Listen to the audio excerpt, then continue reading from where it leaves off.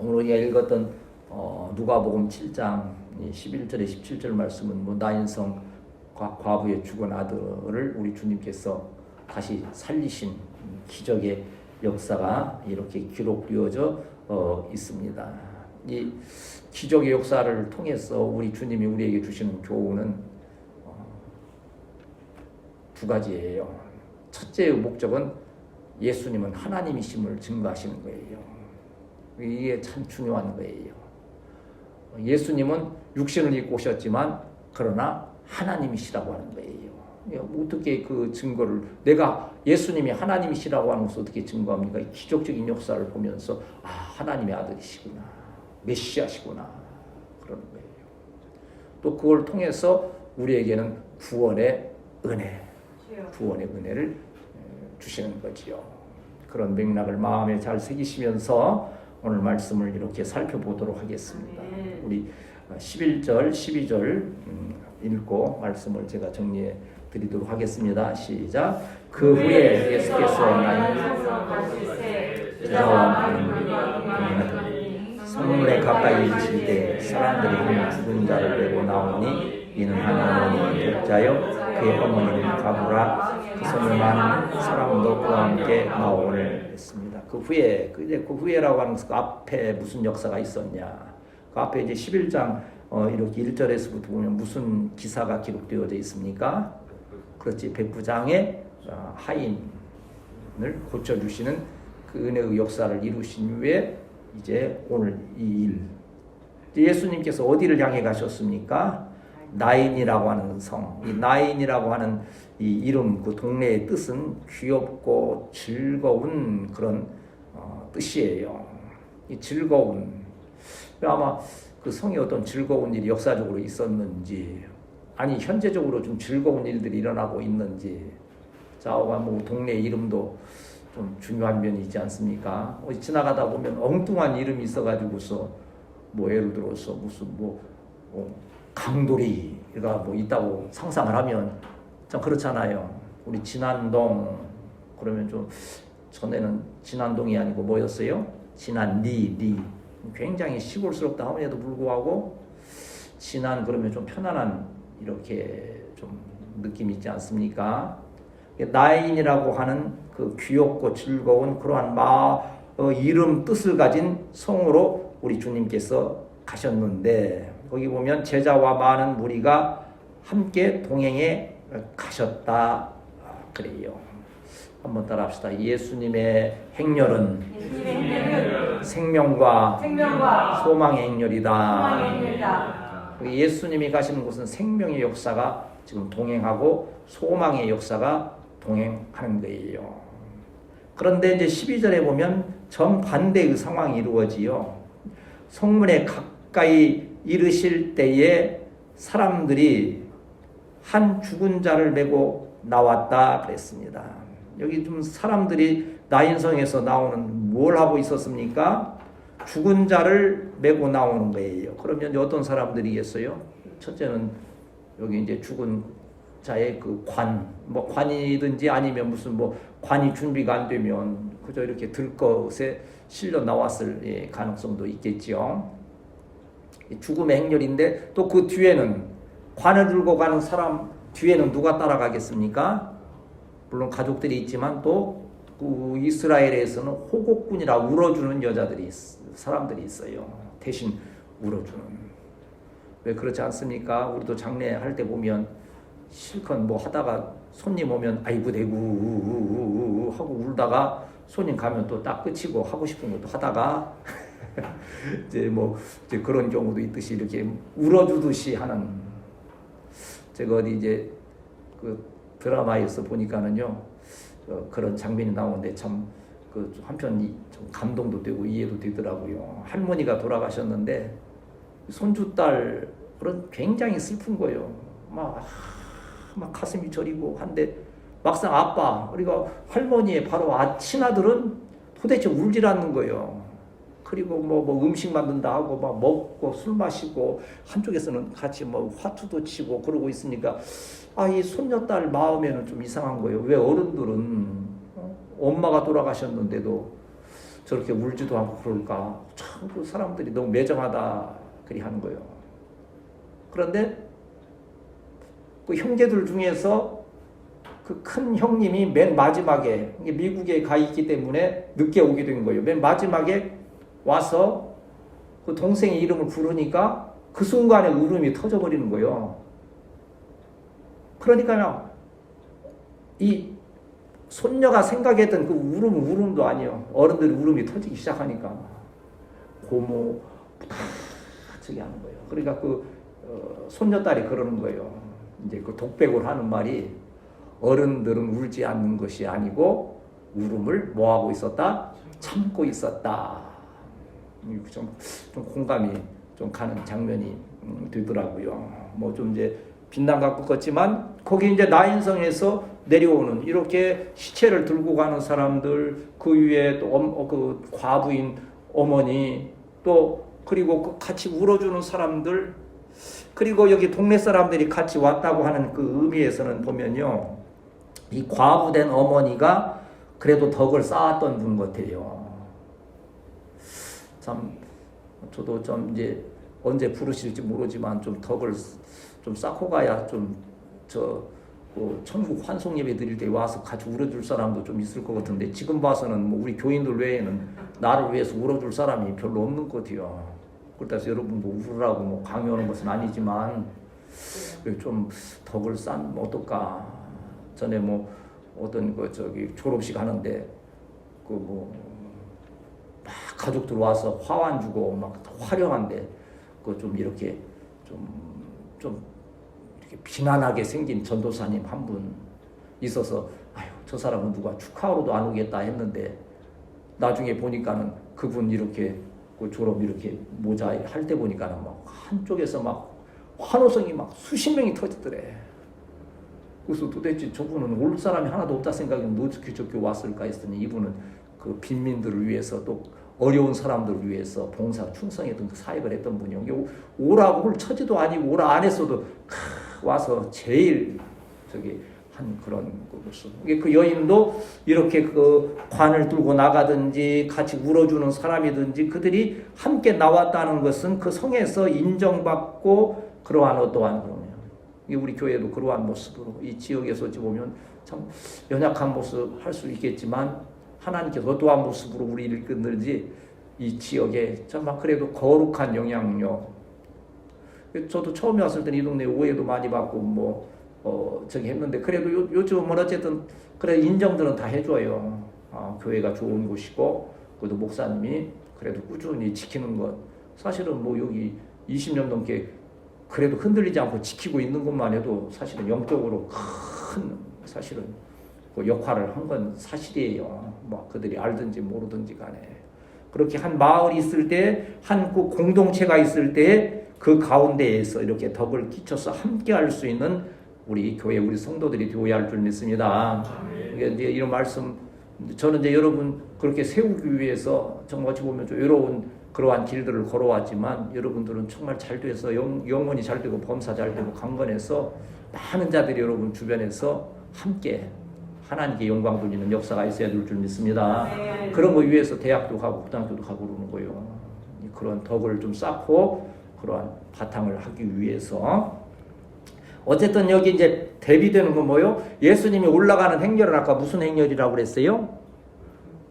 한번 따라해서 생명과 소망의 행렬. 예수님과 같이 가면 뭐가 있어요? 생명이 있고 소망이 있다는 항상 기억해야 돼요. 그리고 이제 즐겁다고 하는 그 나인성에서 내려오는 행렬은 즐거움이 아닌 사망과 절망의 행렬이 마주치는 거예요. 이게 마주치는 것이 이제 이게 역사라고 하는 거예요. 서로 이제 길이 어긋나서 예수님은 예를 들어 성에 남문으로 올라가시는데 장례의 행렬은 북문으로 내려가 버리면 역사가 있겠어요? 없겠어요? 없는 거예요. 이게 예수님과 만남이 있어야 되는 거예요. 예배의 중요함도 뭐예요? 예수님과의 만남. 뭘 통해서? 말씀을 통해서. 그리고 말씀 붙들고 또 기도하면서 예수님과의 만남이 있는 우리 교회, 우리 성도들이 되어야 할 줄 믿습니다. 특별히 우리 믿음의 애찬이 젊은 날에 이 예배를 통해서, 말씀을 통해서 예수님을 만나는 그런 역사. 말씀의 은혜를 받고 말씀에 거기서 결심하고 결단하고 하는 그런 역사가 또 이제 사순절 시작되니까 정말 주님을 더 가까이 만나고 하는 그러한 역사가 있어야 될 줄 믿습니다. 우리는 얼마나 감사합니까? 지금 예수님은 이미 이 땅에 오셔서 그것을 뭐라 그래요? 예수님이 태어나셨을 때 그 이름을 예수라 하라 하고 그 다음에 또 뭐예요? 임마누엘이라 하라. 이제 예수님을 만나는 게 아니요. 우리 가운데 계시는 예수님을 지금 우리가 그 가운데 예배드리고 있으니 더 큰 은혜와 역사가 함께 하실 줄 믿습니다. 이게 구약에서는 막 만나고 싶고 막 하나님을 막 자꾸 하는 가운데 때때로 만나주신 하나님이라면 우리는 이 신약의 우리 성도들은 매일 주님과 동행하는 그러한 성도인이에요.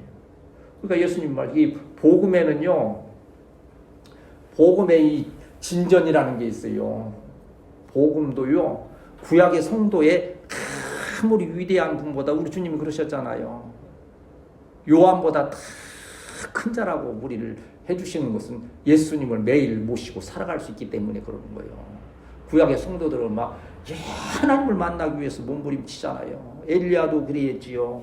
얼마나 많은 모세도 하나님 한 번만 보여주십시오. 그럴 때 하나님이 뭐만 보여주셨다 그랬어요? 보면 뒷모습만, 하나님의 뒤만 보여주셨다 그랬어요. 근데 우리는 예수님을 그냥 말씀 안에서 그냥 매일 만나잖아요. 예배 드리고 기도 드릴 때 꼭 예수님을 만나는 역사가 있게 되시기를 축복합니다. 그 다음 이제 예수님을 만나 요 또한 역사가 시작되느냐 13절 14절 같이 읽습니다. 시작. 주께서 과부를 보시고 불쌍히 여기사 울지 말라 하시고 가까이 가서 그 관을 손에 대시니 뵌 자들이 서는지라. 예수께서 이르시되 청년아 내가 내게 말하노니 일어나라 하시매. 지금 이게 그냥 우리가 뭐 순서대로 읽어버리니까 저거지만요. 이게 지금 얼마나 예수님의 그 역사가 지금 치밀하게 진행됩니까? 첫째 뭐 했다 그랬어요? 과부를 보셨다 그랬어요. 보셨다. 예수님이 우리를 보시는 것, 하나님 우리를 지켜보고 계신다고 하는 것이 얼마나 중요한 일인가. 여기 보셨다 하는 것은요, 우리를 확실히 알고 그리고 깊이 생각하시면서 보시는 거예요. 우리는 그냥 뭘 볼 때 대충 보는 게 있잖아요. 그래서 똑같은 걸 보면서도 누구는 못 봤다 그러고 누구는 봤다 그래요. 다 관심 분야가 달라요. 그렇잖아요. 만약 우리 우대훈 수사님 보고 저 어디 길을 가는데 가다가 보면 나는 보는데 우대훈 수사님 못 보는 거 있고 우대훈 수사님 보는데 나는 못 보는 게 있어요. 뭐가? 관심사항이 다르면 그런 거예요. 우리 믿음이 오고 간다 그러면 믿음이는 가면서 뭘 얘기를 해요? 저 차는 벤츠 무슨 뭐고 저건 람보르기니고 하고 얘기를 해요. 저는 그 눈에 간판 영어 띄고 그러면 꼭 설명을 해줘. 또 그게 관심사항 저기 하니까. 아마 박 목사님, 이화 집사님 둘이 가면서도 마찬가지 저기 할 거예요. 그런데 중요한 것은 예수님께서 그 과부를 보셨다. 그리고 어떻게 하셨어요? 보시고 그 다음 나오는 말씀이 불쌍히 여기셔야 되는 거예요. 예수님이 보시면서 뭐 여러분으로 하면 좀 기분 나쁠지 모르니까 저를 보시면서 이 목사 저 괘씸한 놈 내가 가만 안 둘 거야. 그러면 어떻게 되겠어요? 큰일 나지. 저를 보시면서 불쌍히 계시는 거예요. 그래 70 넘어 힘들 텐데 그래도 말씀 연구하려고 애쓰고 그런 걸 보면 내가 너를 불쌍히 여기노라. 우대훈 집사 피곤해서 그냥 탁 할 때에도 내가 불쌍히 여기노라. 하나님께서 우리 예수님께서 저와 여러분을 불쌍히 여기시는 귀한 은혜가 있어야 될 줄 믿습니다. 불쌍히 여기사 그 다음에 뭐라 그러셨어요? 울지 말라. 그러니까 보신 것뿐만 아니라 불쌍히 여기시고 울지 말라고 지금 얘기했지. 불쌍히 여기시다는 말은 뭐 전번에도 여러 번 저기 이렇게 설명을 하지만 스플랑크니 조마이라고 하는 것은 뭐가 아프다는 거예요? 하라 그랬어요? 내장에 위가 아플 정도로 불쌍히 계셨다. 우리를 공감하시는 하나님, 예수님. 그리고 울지 말라 하신 것뿐만 아니라 그 다음 14절에 가면 뭐라 합니까? 가까이도 가시는 거예요. 참 우리 예수님은 얼마나 적극적이십니까? 우리는 하다가 포기하잖아요. 울지 마 그러고 끝나잖아요. 근데 능력이 없으니까. 예수님은 가까이 또 가신다 그랬어요. 그뿐만 아니라 어떻게 하셔요? 그 다음에 가까이 가서 그 관에 손까지 대시는 거예요. 지금 율법상으로 보면 죽은 사람의 관에다가 손을 대면 뭘 입습니까? 부정을 입어야 돼요. 부정을 입어서 정결 예식을 행하고 저기 해야 되는 거예요. 근데 예수님은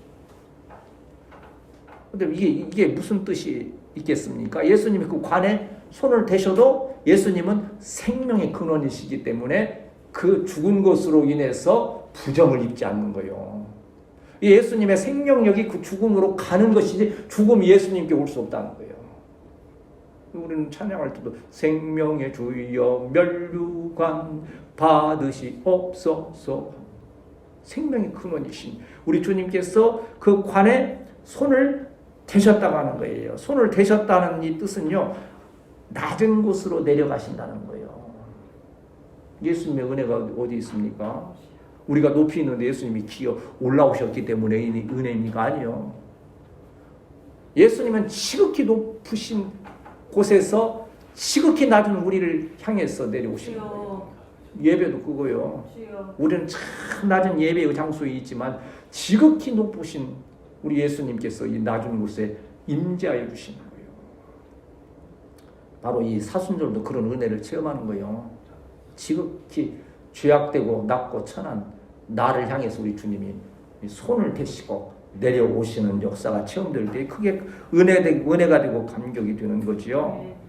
그리고 이제 우리 주님께서 손을 대시니 그 다음 일어나는 일이 그 관을 맨 자들이 어떻게 했어요? 서는지라 그랬어요. 이게 또 역사의 겸손함, 순종하는 마음이고요. 보세요. 예수님이 손을 대셨다. 관맨자들이 율법에 얽매여서 관에다가 손을 대 부정되게 그걸 거부하고 그걸 예수님을 비난해버리거나 그것을 무시하고 지나가 버렸다고 한다면 그날 큰 은혜가 없는 거예요. 그런데 예수님께서 그곳에 손을 대시자, 관에 손을 대시자 그 맨 자들이 선 거예요. 순종하여 겸손함으로 주님 앞에 우리가 서게 될 때에, 주님 앞에 겸손함으로 엎드리게 될 때에 주님의 은혜가 시작됨을 믿습니다. 주님 말씀하시면 서고 가라 하시면 가고 하는 그런 역사가 있지 않습니까? 여기 서다 하는 이 뜻에는요, 확고한 마음을 가지고 이 내 권리를, 우리 주님이 주신 그 권세를 우리가 갖는, 유지하는 길이 되는 거예요. 우리 찬양할 때 예수님 권세 누구 권세? 예수님 권세, 내 권세 그러잖아요. 내 권세. 주님 앞에 서는 것은 예수님의 권세가 나에게 주어지는 놀라운 역사라고 하는 거예요. 이렇게 그들이 순종하는 마음으로, 겸손한 마음으로 서게 될 때에 예수님의 이제 선포가 나오지요. 뭐라 선포하십니까? 거기 읽읍시다. 시작. 예수께서 이르시되 청년아 내가 내게 말하노니 일어나라 하시매. 사실은 인간적으로 볼 때 얼마나 우스운 얘기입니까? 지금 그 청년이 죽어 있어요? 살아 있어요? 근데 그 죽은 청년에게 내가 내게 말한다. 지금 이게 논리적으로는 이게 아주 우스운 얘기하는, 죽은 시체한테. 그런데 문제는 내가 사람이 그렇게 명령했다면 그것은 부도덕한 일이요. 그런데 이게 잘못된 이단이나 이런 데에서는 사람이 마치 자기가 명령하는 것처럼, 자기가 뭔 역사를 이루는 것처럼 하는데 문제가 있는 거예요. 모든 역사는 오직 예수 그리스도의 이름으로 이루어짐을 믿습니다. 그러나 여기에서 예수님께서 청년아 예수의 이름으로 내게 말하노니 그러지 않고 내가 내게 말하노니 그러셨어요. 이건 뭡니까? 생명의 주체가 예수님이시라는 거예요. 그냥 우리는 그걸 기억해야 돼요. 사람이 어떻게 하는 것이 아니고 예수님만이 생명의 능력이시고 죽은 자를 살리실 수 있는 전능하신 하나님이심을 믿고 전적으로 예수님 의지하는 우리 성도들이 되어야 할 줄 믿습니다. 만일 선지자나 사도나 그 누구가, 목회자가 내 이름으로 명하노니, 내가 내게 명하노니 일어나라 그러면 그건 뭐요? 그게 사기고 이단이 되고 하는 거예요. 우리는 예수님의 이름으로, 예수님은 내가 내게 말하노니 예수님만이 그 말씀을 하실 수 있다는 거예요. 거기에 그 능력이 있다고 하는 거예요. 좌우한 예수님은 그 죽음의 행렬을 만나셨을 뿐만 아니라 불쌍히 여기시고 손을 대시고 그리고 그들에게 일어나라고 그 죽은 청년에게 명령하는 역사가 있었던 거지요. 우리 주님은 오늘도 이 밤에 우리를 불쌍히 여기시고 우리를 향하여 일어서게 하시고 소생하게 하시고 회복되는 역사로 함께 하심을 믿습니다.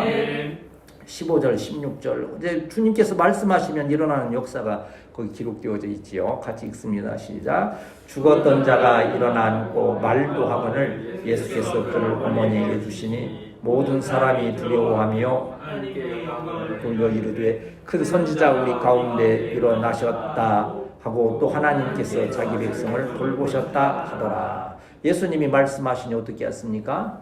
우리 즐겨 전에 부르던 그 복음성가에 뭐라 합니까? 예수님이 말씀하신 죽은 나사로가 살아났다네. 예수님이 말씀하시니 죽은 나사로가 살아났다네. 예수님 나에게도 말씀하셔서 새롭게 변화시켜 주소서. 이제 사순절 시작되면서 여기 사순절의 큰 의미가 바로 우리의 심령이 다시 한번 살아나는, 그러니까 옛것을 버리는 죄를 회개하고 다시 한번 살아나는 데 의미가 있는데, 살아나는 능력은 오직 예수 그리스도의 그 말씀의 능력 안에 있음을 믿고 의지하는 우리 성도들이 되어야 할 줄 믿습니다. 여기 죽은 자가 일어나서 앉았다, 이것은 확실히 일어나고 확실히 앉았다는 과거 능동의 그러한 단어예요. 일어날까 말까 일어나는 것처럼 보이는 게 아니요. 확실히 일어나서 확실히 앉아서 그 다음 뭘 하는 거예요? 확실히 말도 하는 거예요. 이건 무슨 뜻이요? 살았을 때 확실히 살았다는 거예요. 이게 예수님의 우리 주님께서 우리를 새롭게 하시고 살려주시되 확실히 새롭게 하시고 확실히 생명 주시는 전능하신 하나님이심을 믿습니다. 한 가지 또 중요한 것은 그 살아난 아들을 어떻게 했습니까? 그를 어머니에게 주셨다 그랬어요. 만일이요 그 어머니가 과부가 아니고 남편이 있거나 다른 자식이 있었으면 우리 주님께서 뭐라 하셨을까요? 이제 하나의 상상이지만 너는 나를 따르라 그러셨을 거예요. 근데 지금 여기 죽은 아들은 지금 누구요? 어머니는 과부가, 아들은 외아들이요. 하나 어머니를 봉양해야 되는 거예요, 이 아들은. 그리고 이 과부는요 너무 참 어려운 지경에 떨어지는 것은 아버지가 돌아가셨는데 아들이 있으면 아들에게 그 재산을 물려주고 아들이 없으면 그 형제에게 주는 거예요. 과부에게는 돌아가지를 못하는 거예요. 이 아들이 없으면 이 과부는, 이 어머니는 너무 처참한 지경에 있기 때문에 우리 주님은 그걸 다 하시는 거예요. 형편과 처지를.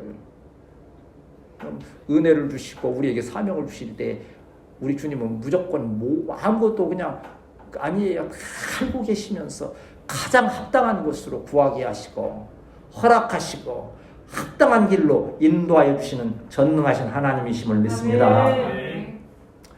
그래서 16절에 보면 이러한 역사가 일어나니 사람들이 두려워했다.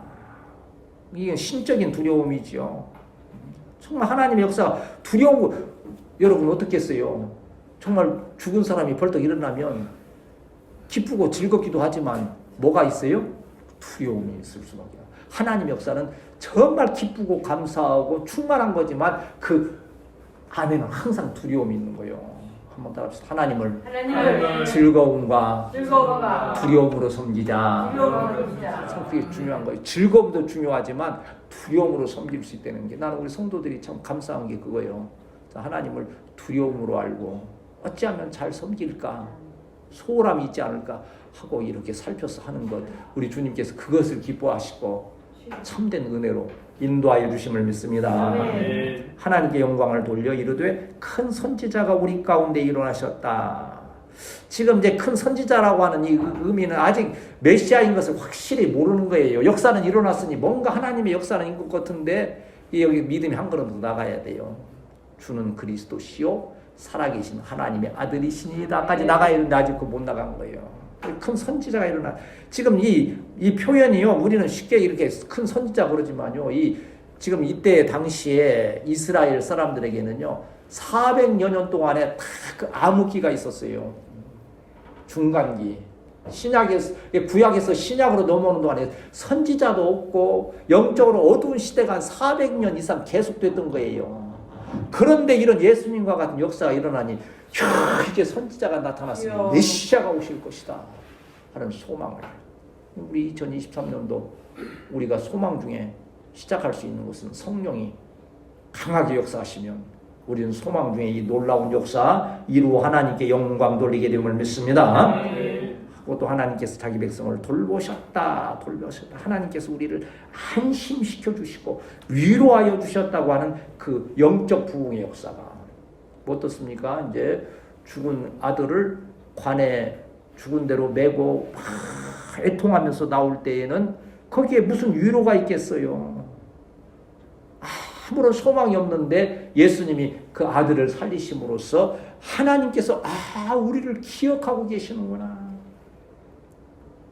우리가 2023년이 하나님 한번 따라합시다. 하나님께서 우리와 우리 교회를 기억하고 계십니다. 정말 성령 역사로 교회가 세워지면 하나님께서 우리를 기억하고 계셨구나. 우리를 돌보고 계셨구나. 아니 우리 우대훈 집사님, 이화 집사님, 믿음의 찬이 한 가정이 있지만 이 가정이 정말 크게 은혜와 복을 받아서 아름다운 역사를 이루면 뭐라 증거할 수 있어요? 하나님이 우리를 기억하고 계셨구나. 부모 형제도 다 인정할 거예요. 야, 하나님께서 저 가정을 기억하고 돌보고 계셨구나.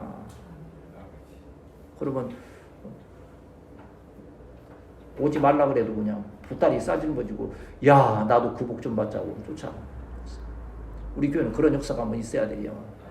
가서 말로 해서 뭐 우리가 말 실력이 특별한 것도 아니고 그러나 여러분 수고하고 애쓰는 것 우리 하나님께서 다 기억하시고 교회를 통하여서 여러분 가정 일터를 통하여서 놀라운 역사 이루심을 믿습니다. 17절 읽고 이제 말씀 마치겠습니다. 시작. 예수께 대한 이 소문이 두루 퍼진다.